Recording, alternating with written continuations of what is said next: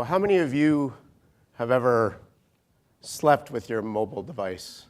I know that sounds completely wrong, but I'm seeing about half of you put your hands up. How many of you are sleeping with your mobile device right now? This is my BlackBerry from about 2005, and there was something about that device that was really cool. It was long before the iPhone. It was something that I became really attached to it. It was something that I used not just to communicate, but it was also a big part of my life in that I used it as my alarm clock. So I actually literally slept with it many nights on my chest in both, so that it had a loud ring to wake me up in the morning when I was on the road, but I also had it set on vibrate mode just in case. So I had that physical reaction to it as well. And then things changed in 2000 and whatever it was when I got my first iPhone. I still have this iPhone at home, even though it's really not used as anything more than a really low-level iPod Touch now. We grow really connected to our devices, and it's very natural for us to feel like we are connected with them and they're a big part of our lives. And when we design, we tend to think of things of these things almost as an extension of us. Does anybody have this many devices? No? This is actually yes, in the back, excellent. I think this is not me. I still have probably every laptop that I've ever owned. I don't think I've ever gotten rid of any one of them. I have a 486 laptop, an Acer model from probably 1999. That was my first laptop. I still have all of these things. I've kept them all.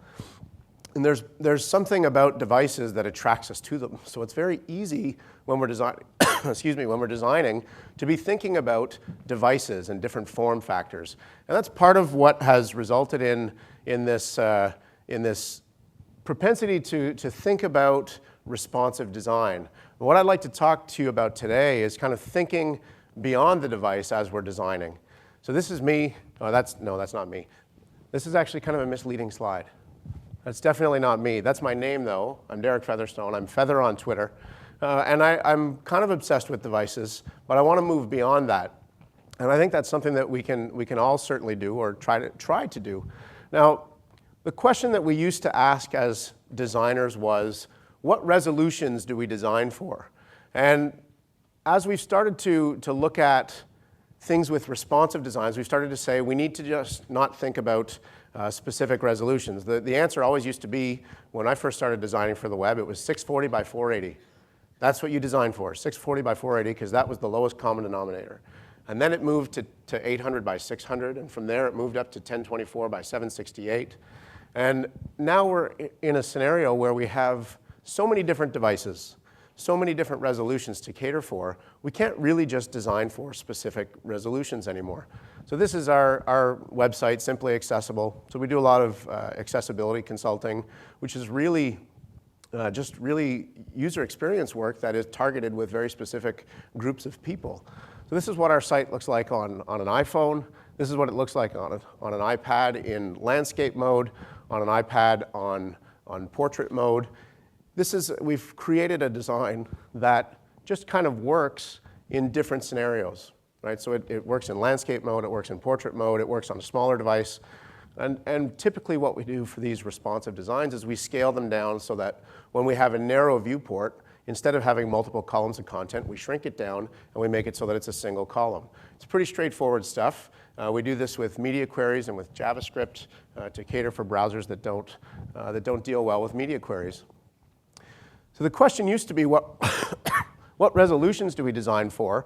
But the important question that good designers are asking now is, what resolution ranges do we design for?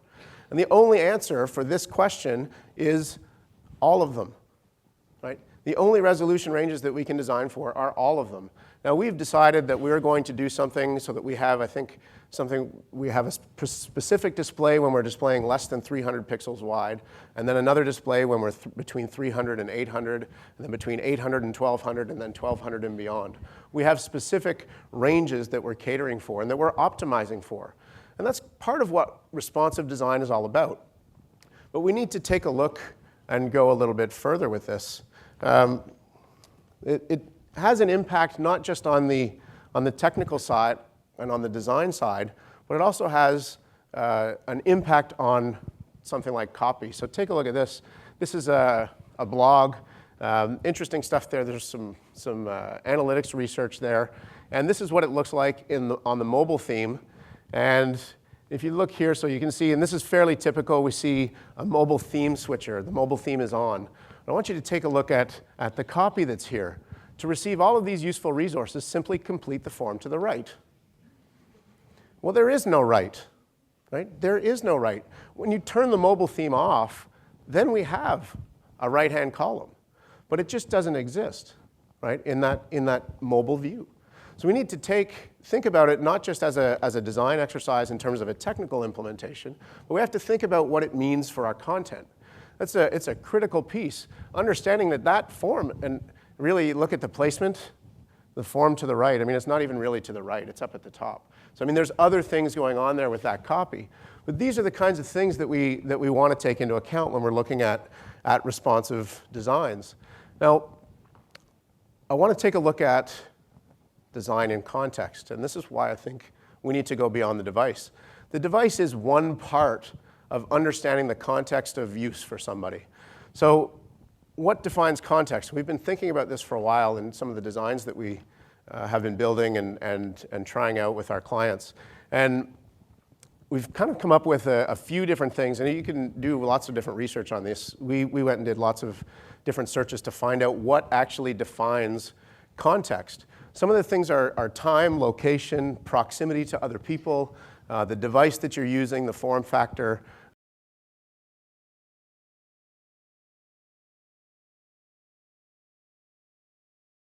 To undertake at any given time, what your interests are, and even things like the interaction model that you're using.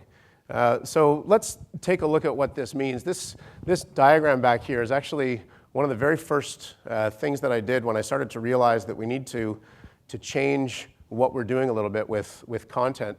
So we built, I'm from Ottawa, Canada, and we have a group there that we created a UX camp. So it's a user experience camp, basically a really inexpensive one-day conference for people.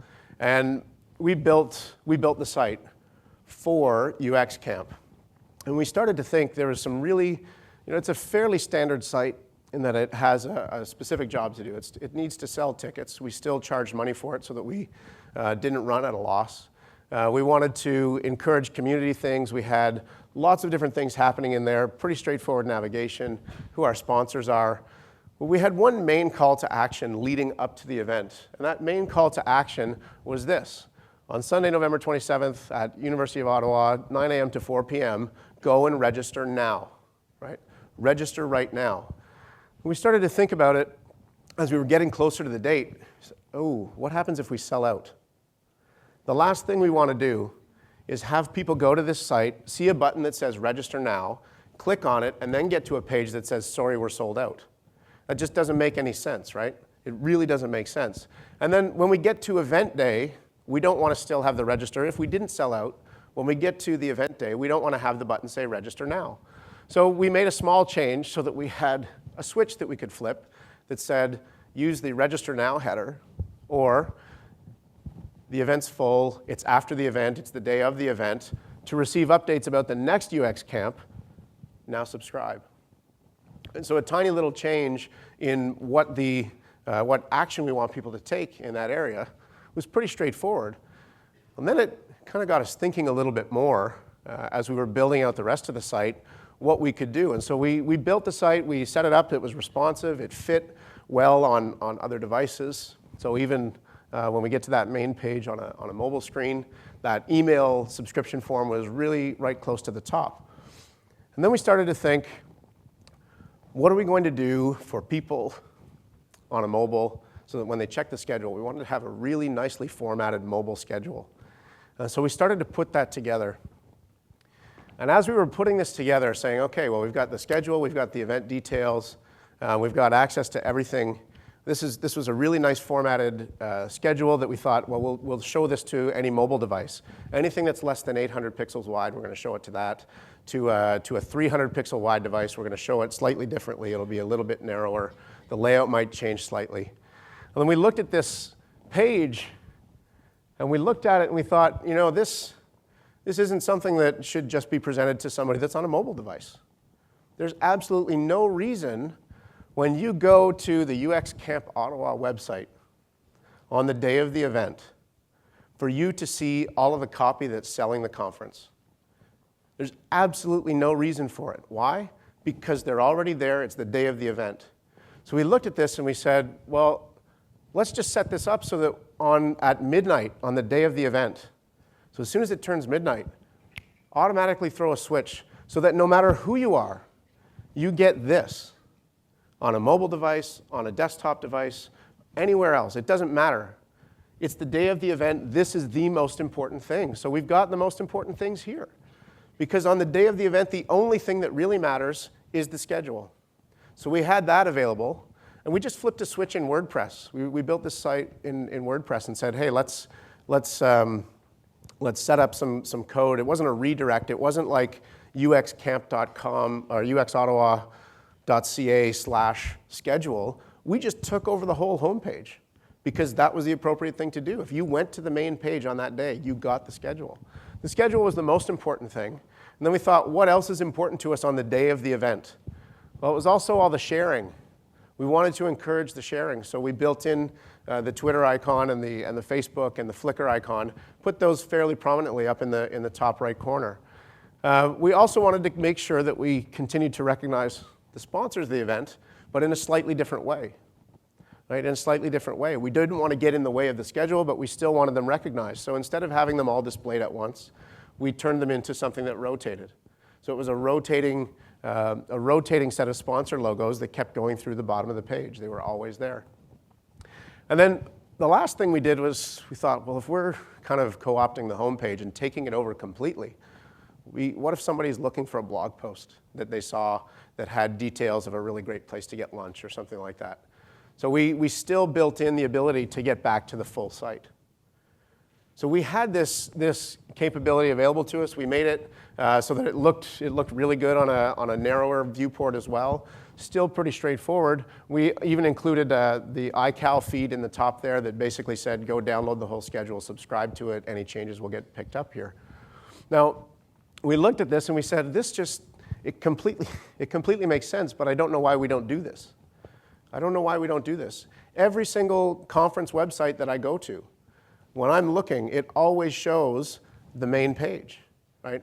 Even on, there was a conference I spoke at in last October, and I was going there and I was speaking there, and I hit the schedule page, and all it gave me was day 1, day 2, day 3, day 4. I then had to go and choose day 1, day 2, day 3, day 4. Well, didn't they already know what day it was? Right? We know what day it is. So let's just bring up that day by default. Right? Why don't we do these things? Sometimes because we're rushed and we're in a hurry and we don't think of them. But these are the kinds of things that I think can make a huge difference. We actually set this up to look at the type of content over time. And this was kind of my initial sketch. And then we turned it into this. We created it as a context map. It just kind of maps what content takes priority or emphasis over time. So photos leading up to the event aren't really all that important because there's no photos, right? So they don't really have any importance, but they grow in importance during the event, and then they have an importance after the event because we want to attract attention to the event on an ongoing basis. Speaker information, relatively important, probably not as important during the event because everybody's there anyway. And then maybe more important slightly after.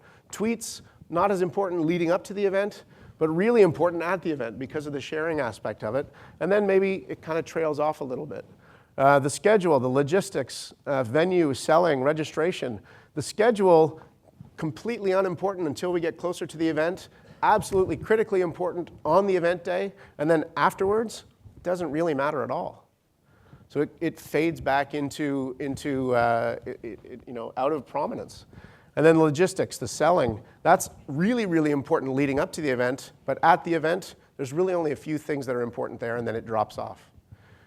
So we kind of looked at this and said, how does this help? How does content priority change with respect to time? How does that influence how we design? How does that influence what we create, how we program this? And we looked at it and said, this is just one aspect of context. What about location? We actually took it a step further and said, we had this schedule. We said, great, if we're leading up to the event, or sorry, if we're on the leading up to the event, we don't have the schedule showing, but on the day of the event, we turn it into the schedule. The schedule becomes the homepage.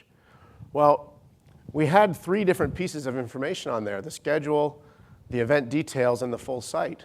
Now, the event details was all the instructions on how to get there. So what we actually did was took it a step further and broke the time down a little bit more. So that if you were, say, at about 8:30, it started at 9 o'clock, so I think it was 8:45. If it was 8:45 and until 4 p.m. or whatever it was, then the schedule showed by default. But if it was 8 o'clock in the morning, then we showed the event details on how to get there by default. We showed that tab of content rather than the schedule. We even took it a step further and geolocated.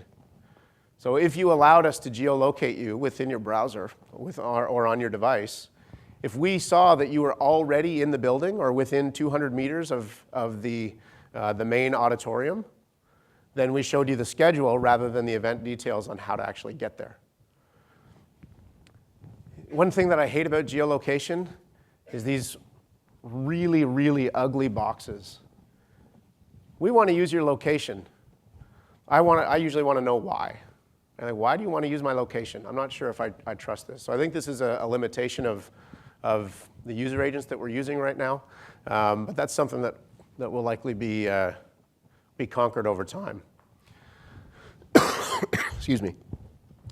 So when we got to that scenario, we did that geolocation to say, let's show this event details tab by default so that it shows parking information, it shows the bus routes to get there, all of that information that someone is more likely to need depending on where they are. We started to look at it a bit further when we were thinking about the other copy, and this is something that we hope to kind of build in next year.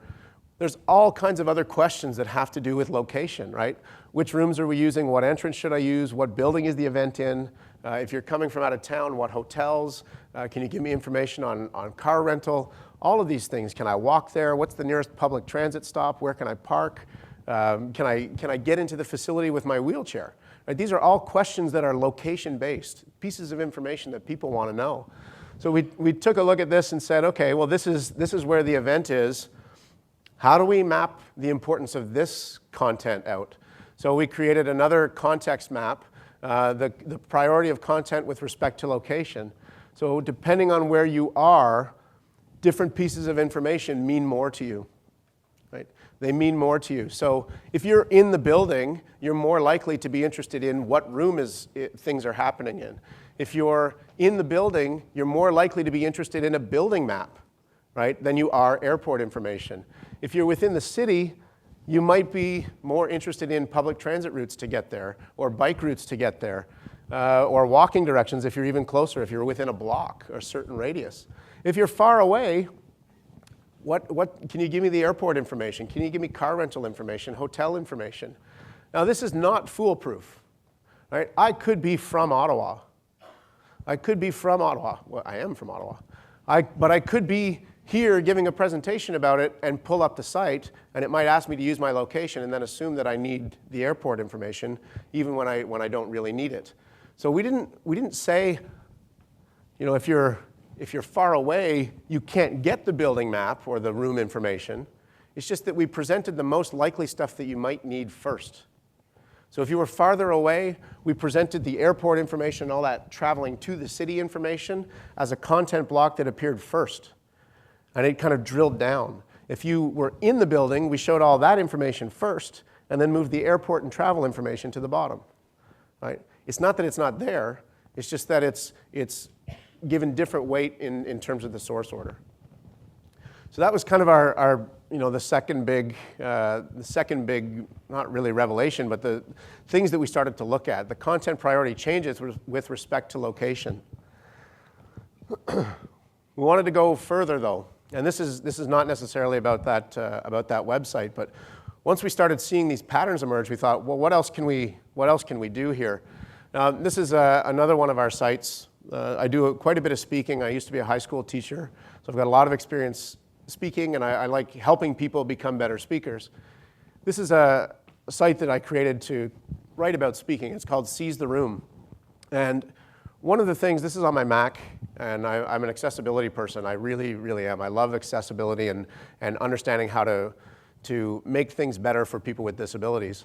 One of the functions that we have in the Mac operating system is the ability to highlight text and to say, make it, speak it to me. So I can highlight a paragraph and I can click on speech and then say, start speaking that to me. Now that's useful for somebody that has low vision. They may be zoomed in on the interface. So if you're a Mac user, you can zoom in on the interface, just hold down the control key and then scroll in and scroll out, and you'll be able to zoom the entire interface or a portion of it. And that makes it very difficult for somebody that has low vision.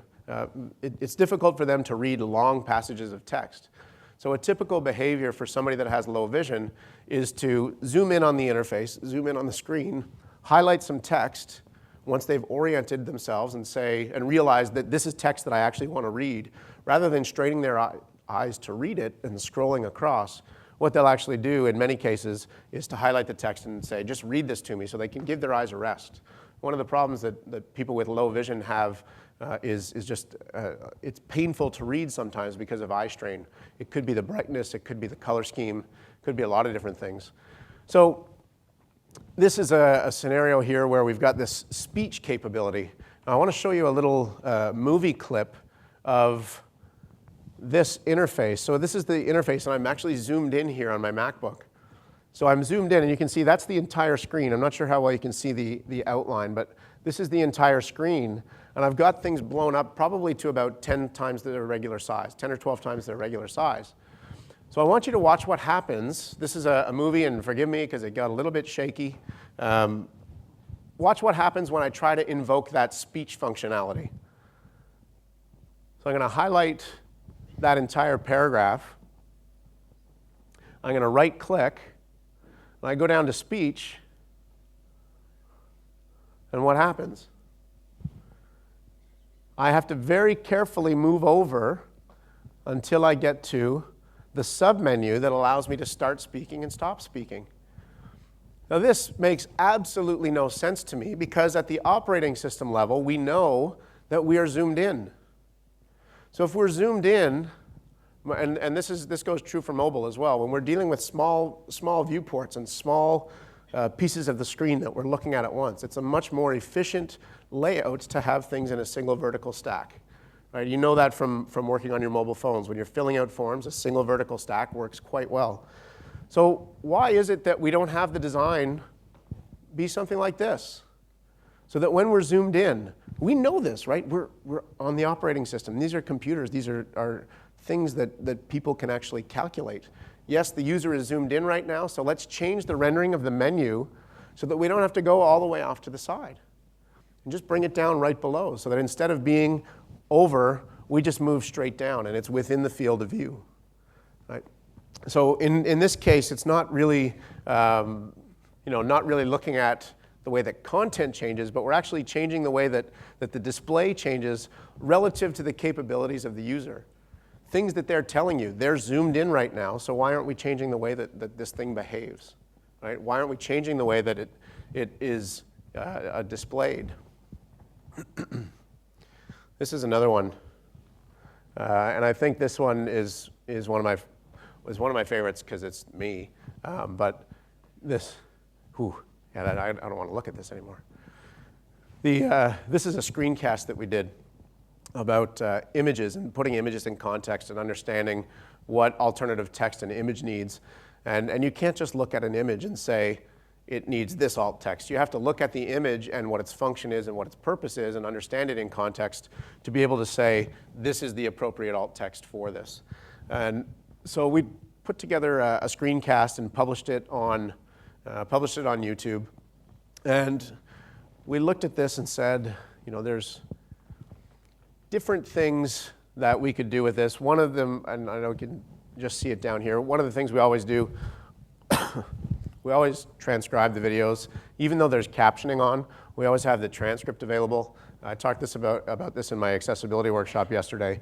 We always have the transcript available because a screen reader user, even though captions and transcripts are primarily designed for people that can't hear so that they have an alternative to the audio, we always provide the transcripts because even though the captions deal with people that are hearing impaired, the transcript is useful for somebody that's using a screen reader because they can take in content much faster by listening to their screen reader than they could by listening to me talk for 7 minutes and 35 seconds. Right? They could go through that same content probably in about 2 minutes and 50 seconds or 3 minutes just because their screen reader reads it faster. It also means that they can listen to it in the screen reader voice that they're used to rather than my voice, which they may not be used to. Right? How many people, so when you find transcripts available, do you just go and read those instead of actually watching the movies? And it's much quicker, right? You can skim through, you can find the things that you want, right? That's part of understanding what people want to do with these things and understanding their context. Now, looking at this, there's things that bother me. I hate going to YouTube and turning on captions 3 times in a row and having YouTube not remember that I've just turned captions on 3 times in a row, and then maybe automatically turning on captions for me for the next 3 movies that I go to. Right? There are behaviors that we take as users that could be easily remembered and then followed up on by changing the interface and the way that the functionality behaves just because of the things that we've actually expressed. Our actions express intent and desires. So if I turn on captioning 3 times in a row, why doesn't YouTube remember that and just automatically start turning them on? Even yesterday, I was doing another screen, not a screencast, but a capture of a video, and it drove me nuts that I had to keep going and turning on HD. Right? The default setting is 360p. Why can't it remember that I've turned it to 720p for the last 3 movies that I've watched? It makes no sense to me that we're not doing those things. The other side of this, and I know this happens, and I know it won't happen to anybody in here, but when I'm at a conference, I would really like to be able to do something with my computer that I can say, like I can with my iPhone, go into silent mode. So if I was at a conference, and maybe it's specific, right? I don't know if I had a resource page that I was giving to you right now. I really should have put together a resource page. If I gave you a resource page that had a whole bunch of different movies on it, if I could build that resource page to include an understanding of time and geolocation so that if it sees that you're in here right now and it's during the time of the conference, that instead of launching a YouTube video without the captioning on and the volume up, that it automatically said, oh, that person's at this conference right now. I'm going to launch it so that it's muted and turns on captions by default. Because I'm just thinking of you, right? You don't want to have those things. You don't want to play that video because you're there and you're thinking, oh, well, I want to see this video, and then it starts blaring out of your computers, right? We could protect people from themselves.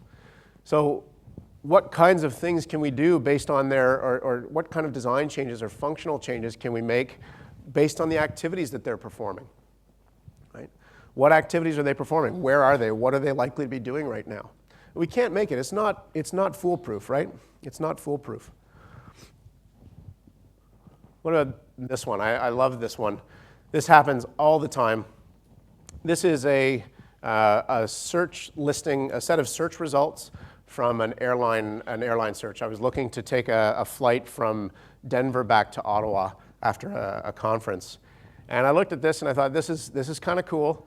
I've got my typical, my sorting and my filtering up in the top right. Right now, I'm sorted by price. and I've got the option to switch to departure time and shortest flight. I've got my price here. It's very prominent. It's very obvious. And I can go through that, and I can say, make my decision based on price.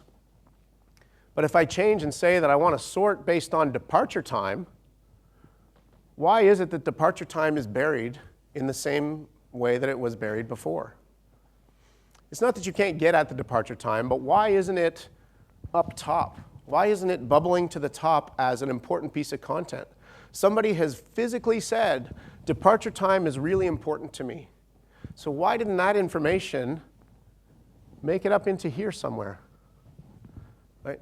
And I know why. I'm not going to say why. We all know why these things happen.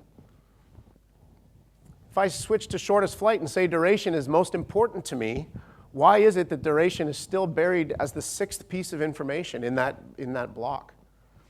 Price is almost always important, so I totally get that price is always there up at the top. But why aren't some of those other pieces of content making their way up to the top? Right? So these are the kinds of things where we're looking at people's interests. What are they actually interested in, and how can we change the display based on what they're looking at? So I hope all of this makes sense. I think it's really a question of looking at what defines context, and we've really only kind of begun to explore this. Things like time, location, proximity, device, state of mind, capabilities, activities, interests, interaction. And once we started exploring this, we started seeing it everywhere. Does anybody play like Words with Friends or Scramble with Friends or anything like that? Scramble with Friends game is kind of interesting because you can tap on the letters or you can drag on the letters. And the game actually changes its interface based on whether or not you're dragging a word or you're tapping a word. And I think that's the kind of thing that we want to start to do and create designs that respond to all of the clues that we actually have available to us. So with that, I'll say thank you very much again. I'm Derek Featherstone. I'm Feather on Twitter. Thank you.